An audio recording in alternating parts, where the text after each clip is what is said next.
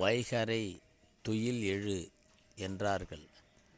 அதிகாலையில் எழுந்து வருகின்ற கோழிகளுக்கும் பறவைகளுக்கும் தான் உணவாக புழுக்கள் கிடைக்கும். இதைத்தான் அப்படி சொன்னார்கள்.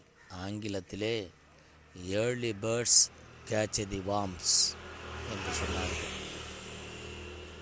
விடுவதற்கு முன்பே எழுந்து இறைவனை தொழும் உள்ளம் இயற்கையானது என்பதுதான் குரானத்திலே சொல்லப்பட்டது. தூக்கத்தை விட தொழுகை மேலானது என்ற வார்த்தை 1000 மடங்கு உயர்வு பெற்றது. பள்ளிகள் பல இருந்தும் பாங்கோசை கேட்ட பின்பும் பள்ளி செல்ல மனமில்லையோ, படைத்தவன் நினைவில்லையோ. பள்ளி செல்ல மனமில்லையோ, படைத்தவன் நினைவில்லையோ. அல்லாவை நாம் தொழுதால் சுகம் எல்லாமே ஓடி வரும். அந்த வல்லோனை நினைத்திருந்தால் நல்ல வாழ்க்கையும் தேடி வரும்.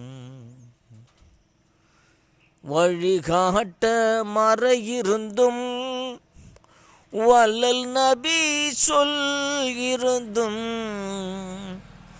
விழியிருந்தும் பார்ப்பதில்லையோ,